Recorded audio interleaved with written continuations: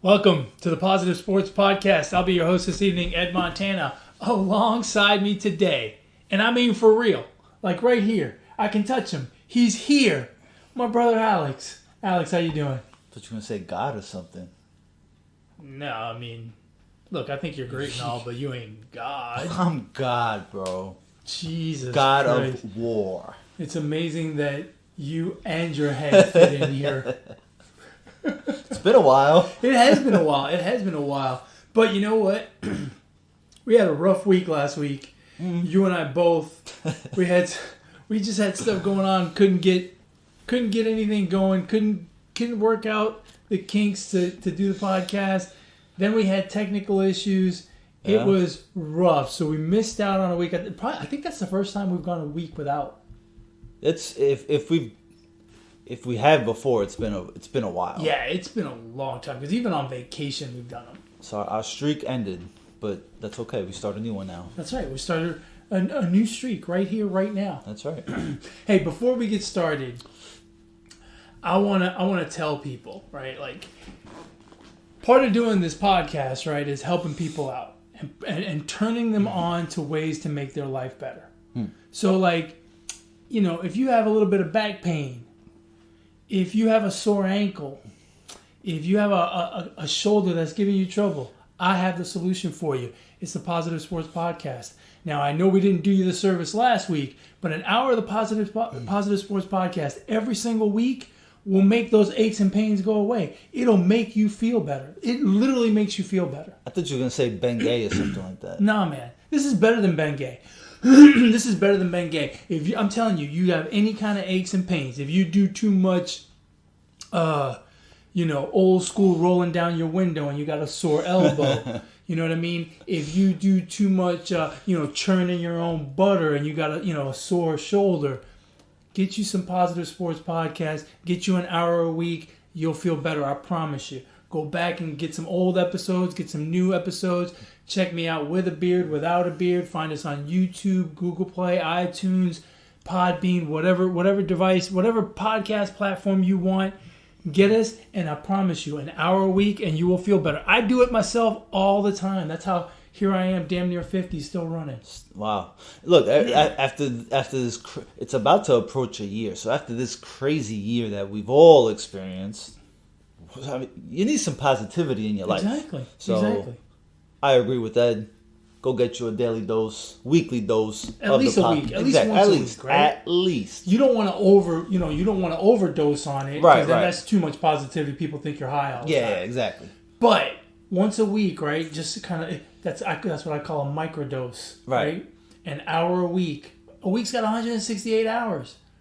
If you play it at 1.5 times speed, it's only 40 minutes. That's it. You know what I mean? And it's good for you. You got to go out and do it. It's for your own good. It's for your own good. So anyway, off my soapbox and back to what is it that we do here? We talk about sports. Yeah, right? yeah, sometimes. Yeah. So it's been a while since we've been in front of the camera talking to the peoples. And football season is over, but there has been some stuff going on in the football world that's quite interesting. Some quarterback movements, a defensive end who finally signed. We were wondering where.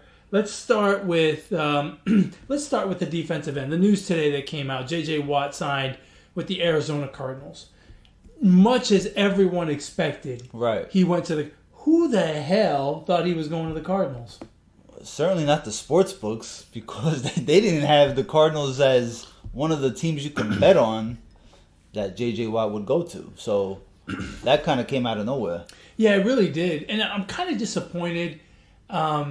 Look, J.J. Watt is probably past his prime in terms of really wreaking havoc on defense and being a real game disruptor. So I wasn't thinking about his next destination as somewhere he could, really, fit into a defense. And I was going for the emotional thing, right? Like, I wanted him to go to Pittsburgh and play with his brothers. Like, how cool would that have been for all three of them to be in Pittsburgh together? Now, I understand logistically, or should I say salary cap wise, it probably wasn't ever going to be an option. But I think it would have been pretty cool. Yeah, I agree. I mean, I think you're right about. Well, I don't know if can he stay healthy is the question. So Yeah. I mean, if he goes to the Cardinals, to the Steelers, I mean, I would imagine his goal right now is to want to win a Super Bowl. I don't know that the Cardinals gives him a Well, I mean, let's think a about shot. that. Offensively, the Cardinals are good, right? Like Yeah, when we got to the end of the season, and we evaluate the Cardinals, we say on a scale of 1 to 10, that offense is probably an 8, right? right. They can score. So the fact that they didn't make the playoffs automatically makes you look at their defense. And so, he's going to help, especially if he can stay healthy. He's not the solution, but he's going to help. Yeah, I mean, I don't know. They've got Chandler Jones. Because I mean, the other teams mentioned were Pittsburgh, which I don't think they were a J.J. Watt away from winning next year, or are a J.J. Watt. And I think that was for the whole Three Brothers thing. I don't Right. think that was legitimately So then- on the table. Right. So then the other two teams were Green Bay and Buffalo. Buffalo would have been nice. That was already a pretty good defense. Yeah? The Cardinals don't have a bad defense. Their defense was pretty good last year. Yeah. But I mean, I don't know. I guess yeah, I don't know. Maybe there is going to be a Houston Texan reunion. Because there already is one between Hopkins and Watt. There Yeah. might still be another. So, if the Cardinals can trade Kyler Murray for Deshaun Watson. Because it would have to be Kyler Murray, right? Oh, yeah. Right, Well, he's gotta be included. The Texans wouldn't do it otherwise. I can't Right. imagine. Right. Right? So that kind of makes you think, is that something that, I mean, that's like good soap opera right there. Stuff. Yeah, that's soap opera That's stuff. storyline. Now, the only problem with that is that you don't have an idiot like Bill O'Brien. I shouldn't say idiot. That's kind of mean. You don't have a Mean, but true. Bill O'Brien type running the Texans anymore so that he could make such a foolhardy deal. Yeah, well, you got a bunny now, which I think is he's really surpassing Bill O'Brien. I think He might be. so. So now you bring it up. You bring up the Texans, and that's a good lead-in, right? Because the conversation has been now for several weeks. Deshaun Watson wants out. The Texans are fielding trade offers. Nothing's really coming to the table. We're seeing some other deals come through in terms of quarterbacks, right? We saw what the Lions got for Matt Stafford. We see what the Eagles got for Carson Wentz. And, in one breath, right, in one of those deals, you see what the Eagles got for Carson Wentz, and you're like, oh my God, the Texans are going to get raped. They're not going to get anything for Deshaun Watson. Yeah. Because the Eagles didn't get very much. But then, on the flip side, you see what the Lions got for Matthew Stafford, and you're like, the Texans are going to make out like bandits. And, it's a tough situation with Deshaun Watson. I think it's pretty easy. I mean, if you're the Texans, it should be really easy. Just get rid of the guy. He doesn't want to play there. He's made that already clear. And what's the point of... I mean, you let J.J. Watt walk for nothing, pretty much, Yeah, right? J.J. Watt's not a franchise player like Deshaun Watson is. But he was 2 years ago, when you really could have traded him. Right, but he's not... But they let him walk today, not 2 years ago. 2 years ago... Well, they still had the option to trade him last year. You could have gotten something for him. Right. You know what I'm saying? Like, he got paid 2 years, $24 million, bro. Like, that's like top defensive end money right there. Yeah, so for sure. So you're gonna the Texans again fucked up because you could have gotten something. The point is you could have gotten something for him. Hold on, Alex. It is much harder to move a high-priced defensive end than it is to move a top 5 quarterback. Okay, so then move this top 5 quarterback. Then it should be easy. The problem is that the Texans want fair value back, and to be fair, they're not going to get that. Well, no, they're not going to get it, but they want to get as close to it as possible, right? And to be fair, Deshaun Watson, for as much as he wants out, he's not helping, right? Because they had a meeting last week, and the Texans are, talking about, they're talking nice about Deshaun Watson, and Deshaun Watson comes out and says, yeah, we talked, I still want out. So he's not helping the Texans facilitate a trade, because it should be obvious to Deshaun Watson in all these months since he's complained and since he said he wanted out, that obviously the Texans are not just going to trade him just to trade him. They're going to try to get value back. And now you come out and you say, well, I still want out. You're diminishing the Texans' trading power to make a deal. So you're hurting your own cause. I mean, look, at the end of the day, James Harden came out and said he wanted out, and the Houston Rockets granted him his wish. If they wouldn't have traded James Harden when they did, and he was still on the Rockets, it'd be super messy. His value would be going down, right? Because he's playing, risk of injury, all that stuff. I mean, just get rid of the guy. It's obvious. It's like, I can't really side with the franchise here, because they obviously have a track record of not doing what's best for the team. So if they're going to keep Watson, then do what's best for the team and get him some damn help. If not, then do what's best for the team and trade him and get whatever you can get now, anything.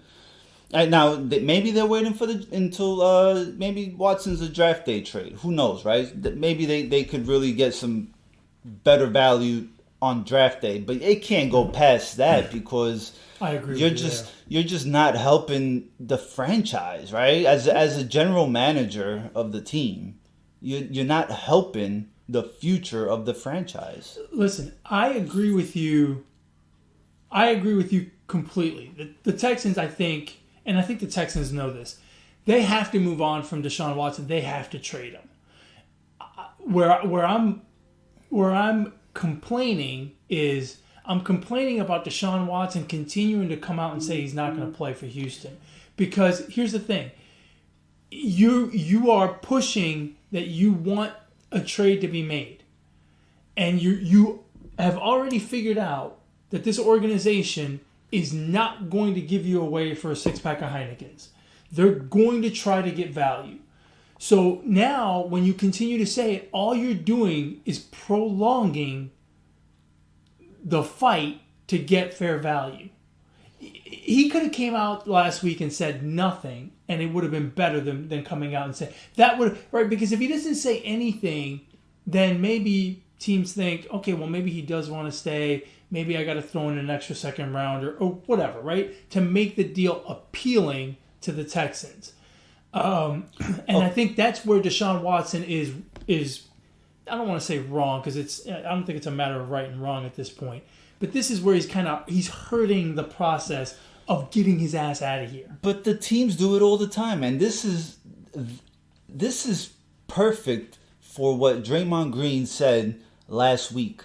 Teams put players on trading blocks, and they make it public that they want to get rid of players, that they are listening to offers for players. So why is it that the teams can do it, but now that Watson's doing it, it's hurting his value? It's not Watson. Hold on. It's not hurting his value. You know why it's not hurting his value? Here's the difference. Watson is not the one that has to consummate the trade. The team does. Look. I have no issues with Watson coming out. He can keep on saying it, because guess what? His value is not being hurt. He's not hurting his value. Right? His value is the same. Right. So Who cares? Who cares? Listen, Watson doesn't care what the franchise gets back for him. I understand. Right? That. And he shouldn't, because the franchise doesn't care about him. He's been a top 5 quarterback in like a bunch of stats, and they can't put an offensive line around him to protect him. Here's my question, Alex: who is going to make the trade? That's the team is. The team. Okay, that's fine. That's fine. They can make the trade whenever they want. Guess what? Watson will gladly sit out for 2 years, and the team will pay him. Will he? I didn't before. I think he might sit. I am willing to bet that he. You know why? I wonder how it works with his salary. Like, only he gets his, because he already got the guaranteed money, right? If I read right, if he sits out this season, he basically loses like a total of 2-point-something million. That's chump change compared to that contract. Again, I may have read wrong. I don't know. Yeah, he might be willing to do that. But my point is, before at first I was like, nah, he's not going to sit. Now I really do think he would. If it's only sit. if it's only $2 million. And you know what? As a quarterback, I mean, I think we've seen what Le'Veon Bell. It's a little different, but he was willing to sit, right? Now you got a quarterback, right? They get hit a lot. I mean, he's just. All he's doing is adding a year to his career. Yeah, I mean, you're taking his age 27 year and adding it on the back end, right? Whatever that number is. Like, I understand what you're saying, but again, and that's where kind of teams and franchises, feel like they hold all the power in the world. Like they control, they're basically showing their power and controlling this guy's, move. You know what I mean? Like just fucking, it's unfortunate that trade him, man. Like it's unfortunate that it's not more evenly split in terms of power. But I mean, this is the way it is. And the franchise is trying to do what's best for the franchise, obviously. And again, I don't disagree with Watson wanting out of Houston. I just think, especially here in the last week, he would have helped his own situation more by keeping his mouth shut as opposed to coming out in the media and making a comment. Go on vacation and just stay out of it. Let the wheels, especially if he's willing to sit, then just let the wheels turn. Let them do what they feel they need to do, and you go from there. But because at the end of the day, the people that have to make the trade are the Texans. Yeah, man, that's a hard disagree, bro. That's basically saying shut up and dribble. That's what. No. I said it's like. It's like. Why can't he voice his opinion if he wants out? Has. Okay, then keep voicing it until you get what you want. But plain and simple. Right. I mean. Right, but by voicing it, he is prolonging the situation that he is trying to get out. So if he keeps his mouth shut and they still don't trade him, then what? I mean, well, then obviously when you get to the there's a tipping point. Look. I understand. There's a tipping point somewhere. There's a tipping point somewhere for sure, right? Obviously, if we get to opening day, that's too far. But between now and the draft, just don't say anything. Just let them work out whatever they need to work out so you can get the hell out of here. If I was Deshaun Watson, that's what I would do. I'd be like, I'm not talking about this anymore. I've already said what I'm going to say, and once the deal's done, I'll talk again. I'll talk again at the press conference announcing my arrival at XYZ team. I mean, it worked for James Harden, so I'd say Watson should. I mean, whatever he's doing, keep doing it, and keep voicing your displeasure at being the Texan. Because obviously it's so sad here in Houston how many good players have left in the last few years, right? Like, Garrett Cole, George Springer, James Harden, Russell Westbrook.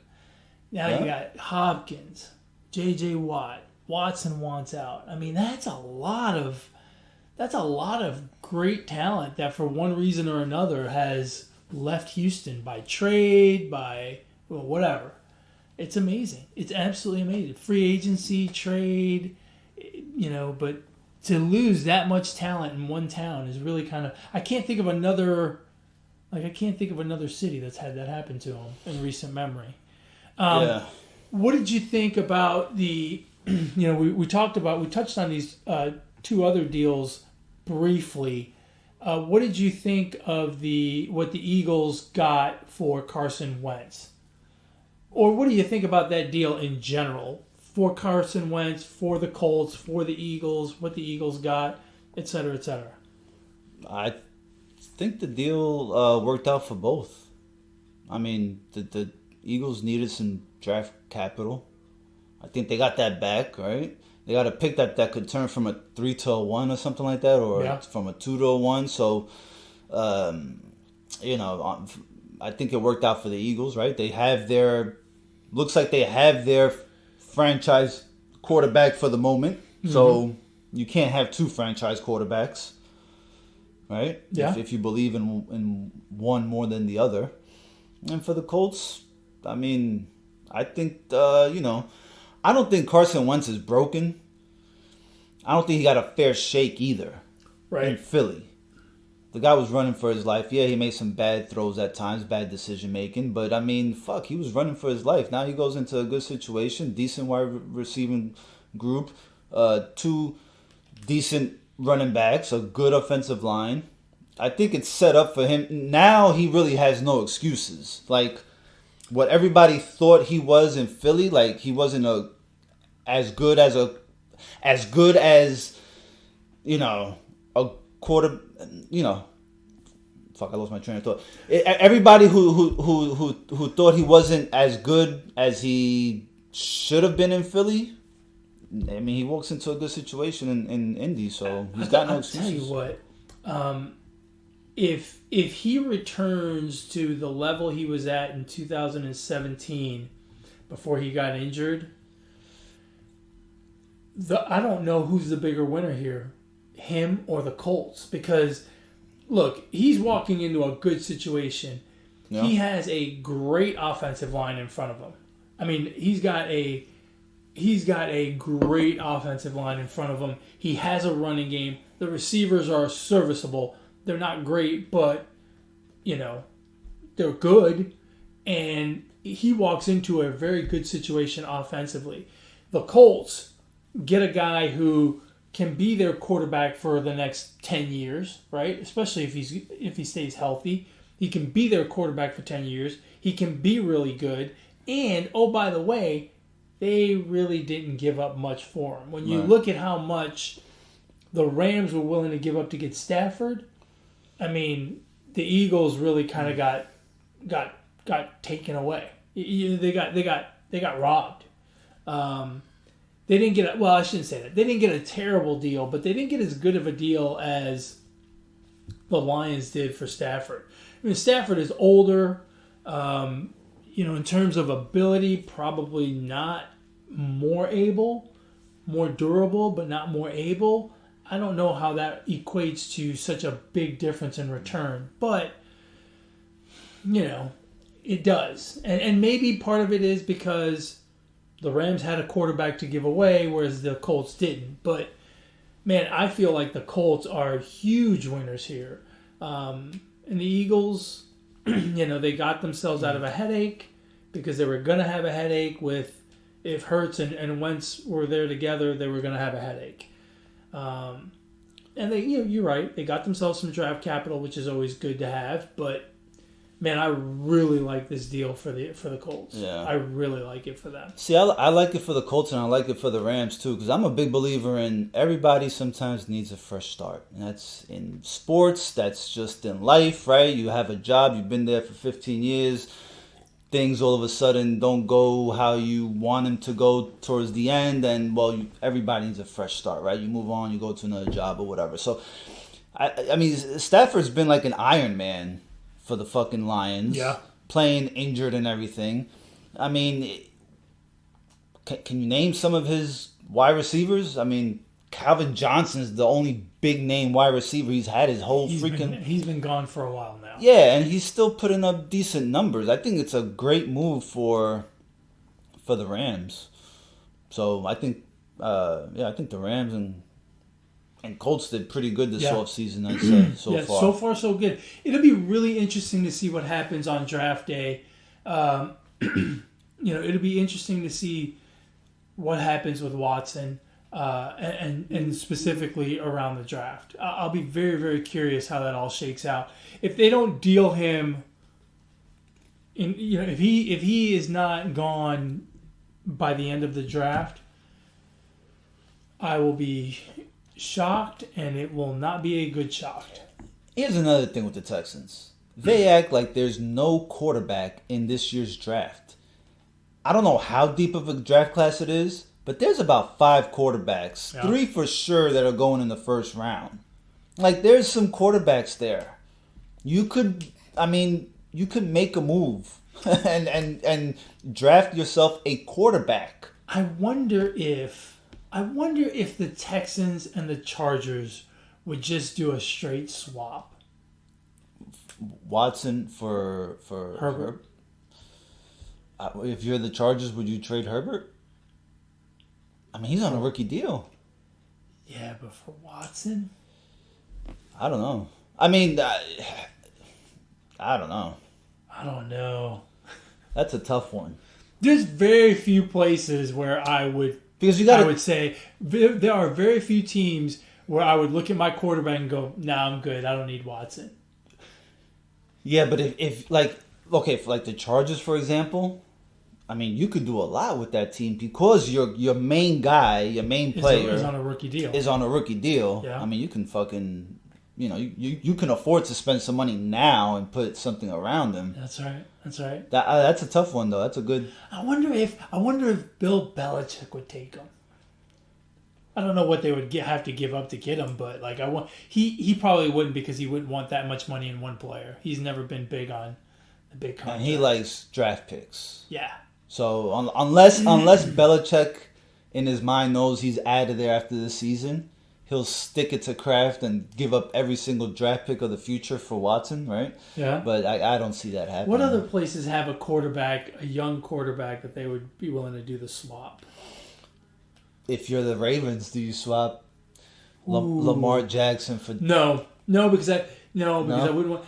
Actually, come to think of it, if I'm in the AFC and I'm the Texans, I don't trade him to the AFC because I don't want to see that guy. But like, think about it, like, who else has a decent quarterback, right? We talked about Kyler Murray for Deshaun Watson. Right. The Cardinals would probably do that. There's some rumblings about Russell Wilson. I don't know. It's gotta be difficult to move Watson. It's gotta be. Unless you're willing to get completely fleeced, it's gotta be hard. It's gotta be hard. Think about it. If you're an executive with the Texans, well, but not one of them. Right. You're your own executive, right? Because they're a bunch of buffoons. A slightly smarter one, exactly. Right? Well, maybe a lot smarter, right? Let's not. Well, you don't have to be a lot smarter to be smarter.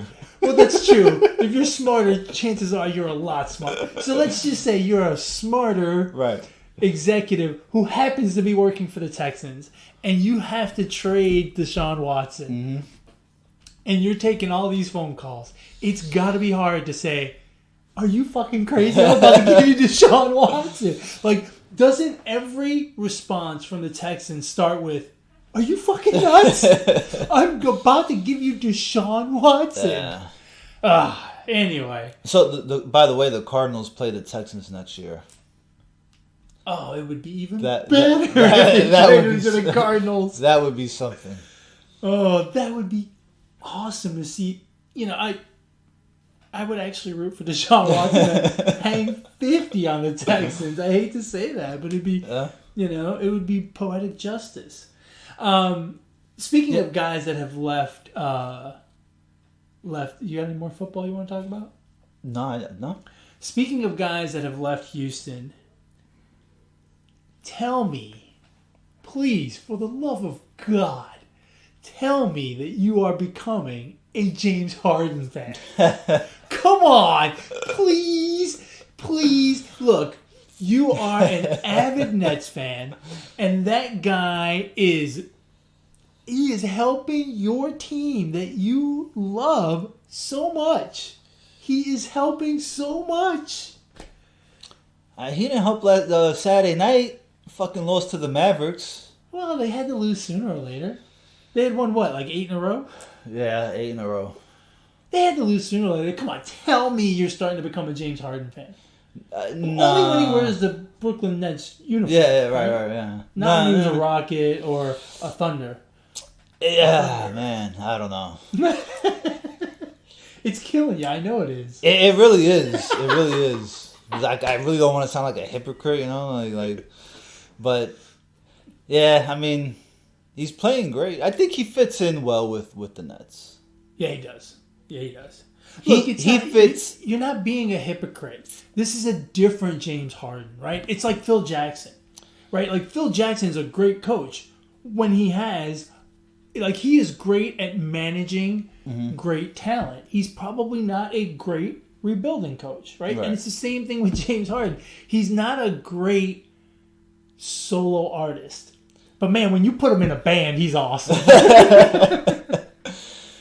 Yeah, I mean, he's playing great. He's playing great with the Nets, but I always said regular season James Harden is better than playoff James Harden.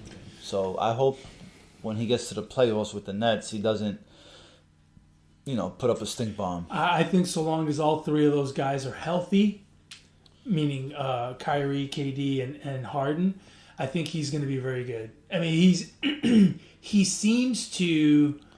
The one thing, the big difference with him that I've noticed is he seems to be relishing having other talent around him. Like he's not, sometimes you worry that a guy like that who's been the man and such a ball hog, not in a bad way, but a guy who has to have the ball in his hand because the rest of his team is just not that good. You wonder if he can, fit into a system where there are other good players, right? We thought the same. We had the same questions about Kevin Durant when he went to Golden State. Like, yeah, he's good and they're good. They're going to be great. But what if one ball is not enough for all of them to play together? Harden seems to really be enjoying having Kevin Durant around and having Kyrie around whenever Kyrie plays. Where the and even some of the other guys, right? Like Joe Harris, I think benefits from having Harden on the floor. Obviously, the only place that they don't benefit is on defense. But when you have the kind of offense that they're creating with Harden in the lineup, I mean, yeah, it's fine to give up 120 points a game if you're going to score 125. Right. Yeah. So, I think it's working out really well for them. And look, I think the Nets are a for sure legit, super legit NBA Finals contender from the East. Yeah. I'm on. Especially, because considering also that the East is just not very.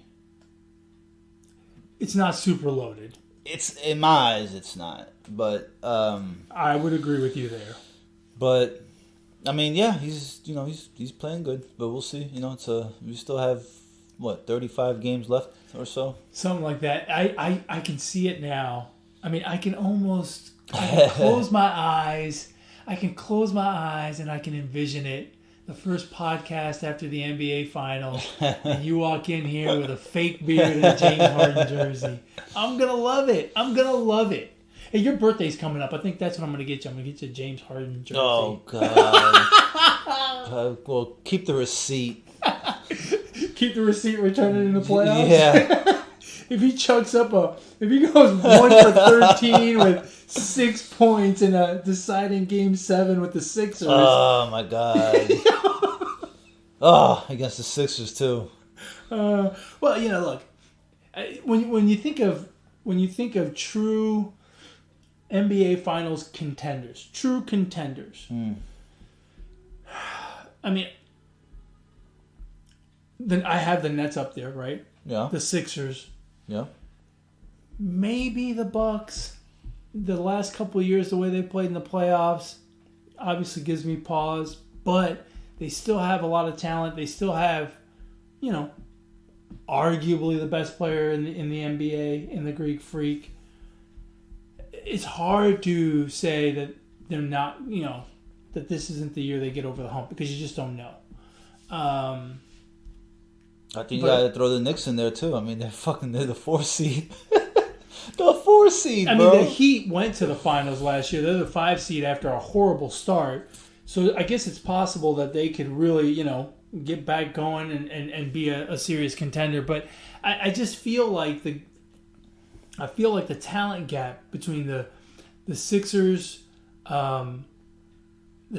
Nets, and maybe the Bucks compared to the Knicks and the Heat is too much. And the Celtics, the Celtics have a lot of talent, but I don't know what's going on in Boston. What is happening there?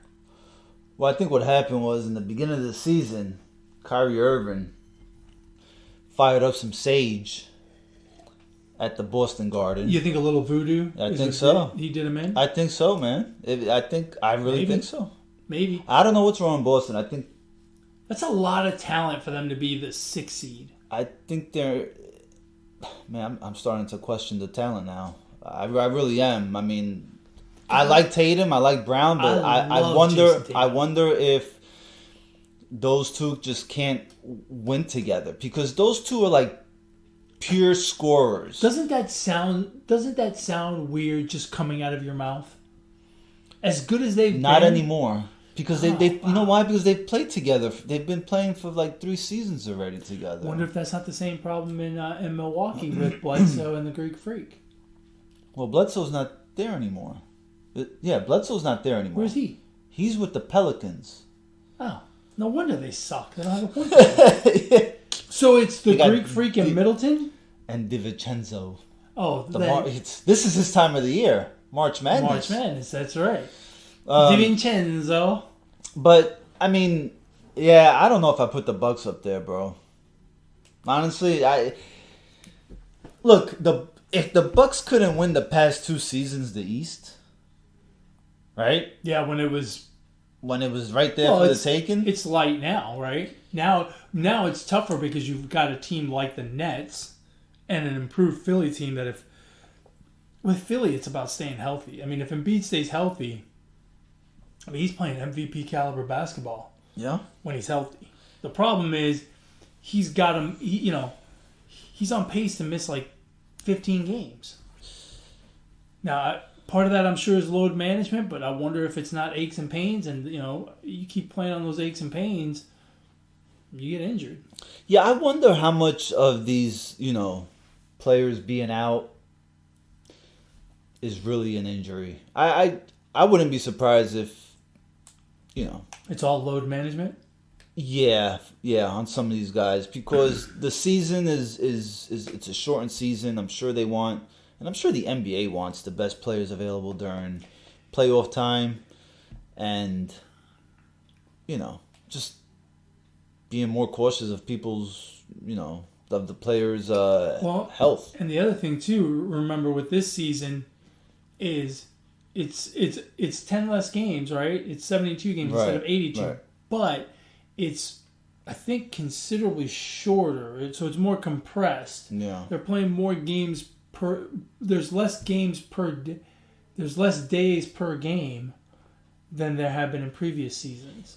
Yeah. And you got to also keep in mind, some of these teams are going to be playing makeup games in the second half of the season.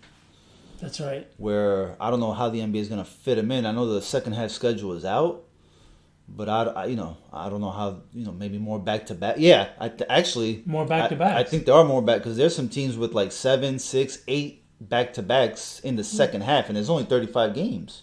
Yeah, that's half of them. Right. So I wouldn't be surprised if it's all load management. Yeah, that makes the compression even worse, right? Yeah. So, right. Interesting. Out west, it's getting real interesting out west, because the Jazz have been, insanely hot. They're 27-7 over 34 games. I don't think they can keep that up, but I mean that's a long stretch to be that good, right? Yeah. You've got the Lakers a few games behind, the Clippers a little bit behind them. The Lakers, I keep thinking to myself, the Lakers are the best team in the West. But without a healthy Anthony Davis, they're not even a top 4 team. They look rough without him. And his issue, lower leg issue, calf, Achilles, strain, whatever it is, that's nothing to sneeze at. Yeah. That's a problem. That's a real problem.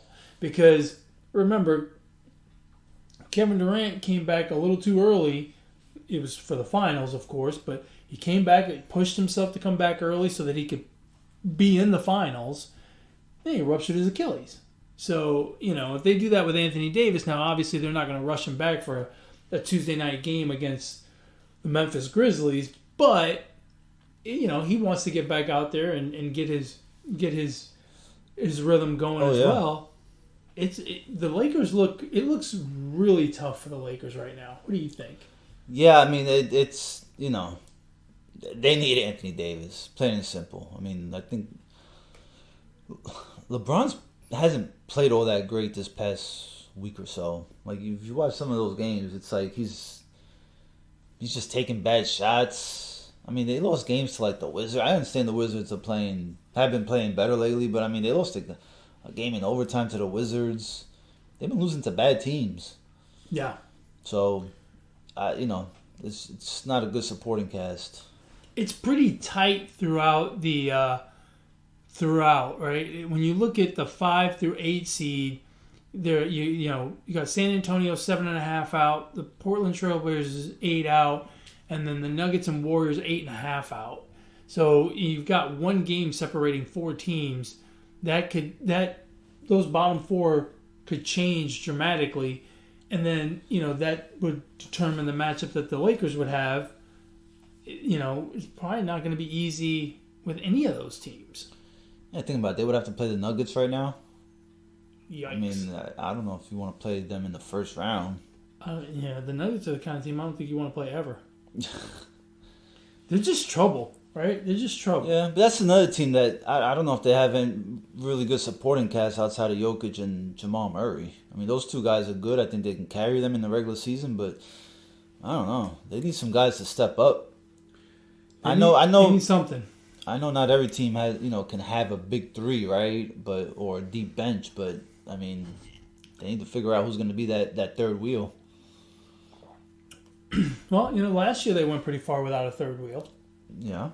In the playoffs, it gets a little bit different. Yeah, it does. So, and they're very good defensively. So, that kind of, I think that's where they kind of come through. I will say this, San Antonio's sitting at 17-12 at the 5 seed. They have they don't even have a big 2. Yeah, they don't even have a big 1. They don't have anything. Like they got Greg Popovich. Yeah, I mean it's a masterful coaching job, right? Yeah. But here's the thing. Did you hear what their record is? 17 and what? 17-12. They've only played 29 games. Most teams have played 35. So they are ones that are going to be significantly backloaded. Right. And I think we're going to see them drop out. Yep. Maybe right out of a playoff spot. Could very well be. Because look, it's not a far drop from 5 to 8, a game and a half, and you're out. So it's a real problem there. And the Portland Trailblazers, I mean, you can't count them out. I mean, you just can't count them out with Lillard, right? But that team just does not seem good enough to even really be in the playoff conversation. Well, that's a team that I'm gonna look out for because I think they get McCollum back here in a couple weeks. So that could help. That's definitely gonna help as long as he's healthy. Because I mean he was fucking playing lights out before he got hurt. So the fact that the Blazers have hung around and I mean. Fuck, Lillard should be in some MVP talk, man. Because that guy seriously, I mean, insane. Your second best player goes out, and I mean they're what the 6th seed right now, but I think they were as high up as the 4th seed. They were the 5 seed for the most part. So, I mean, shit.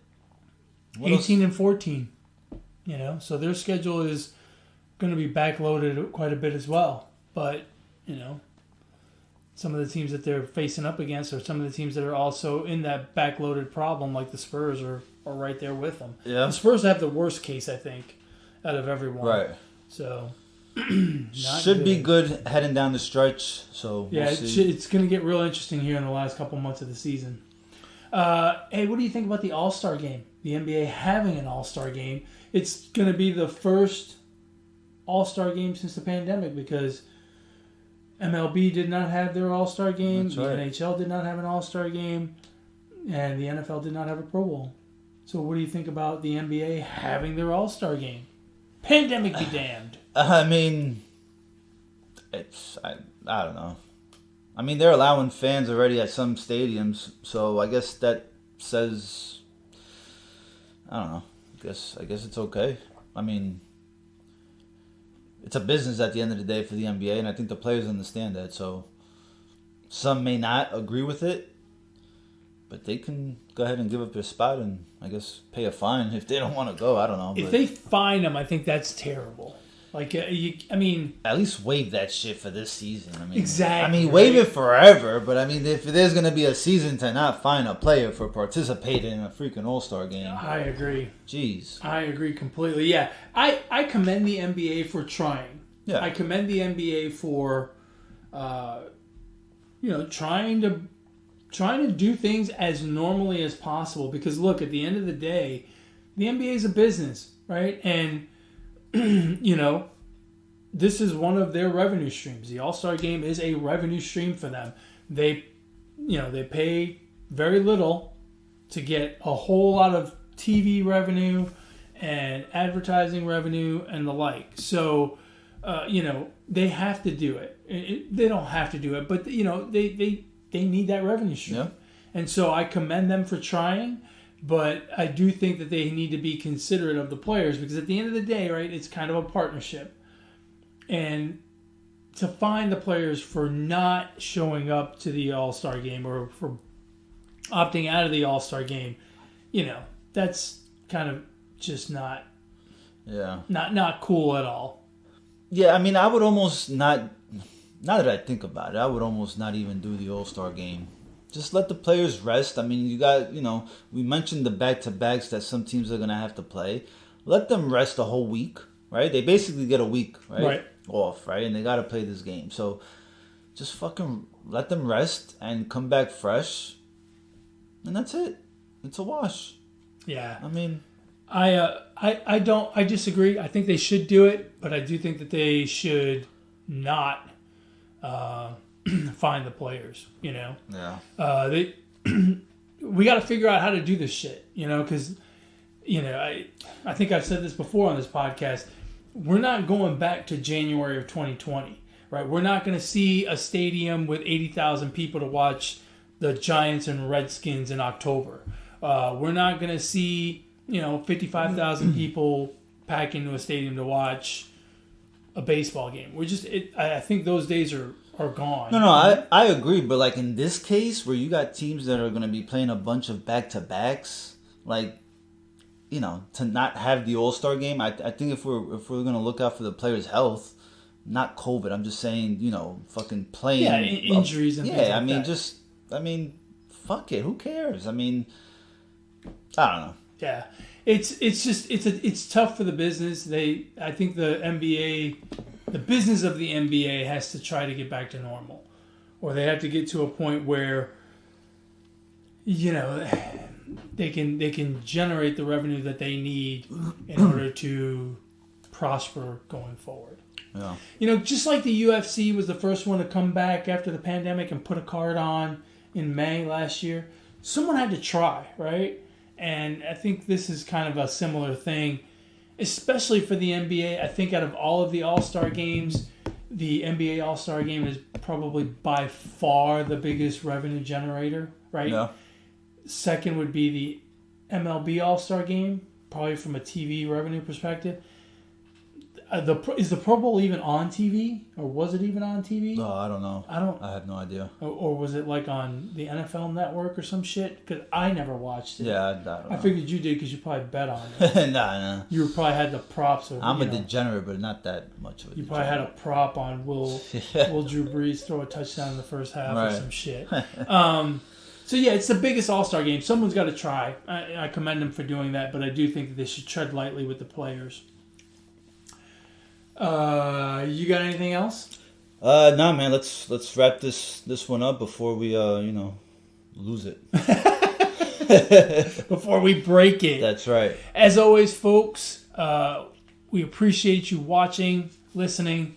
Don't forget to like, subscribe, comment.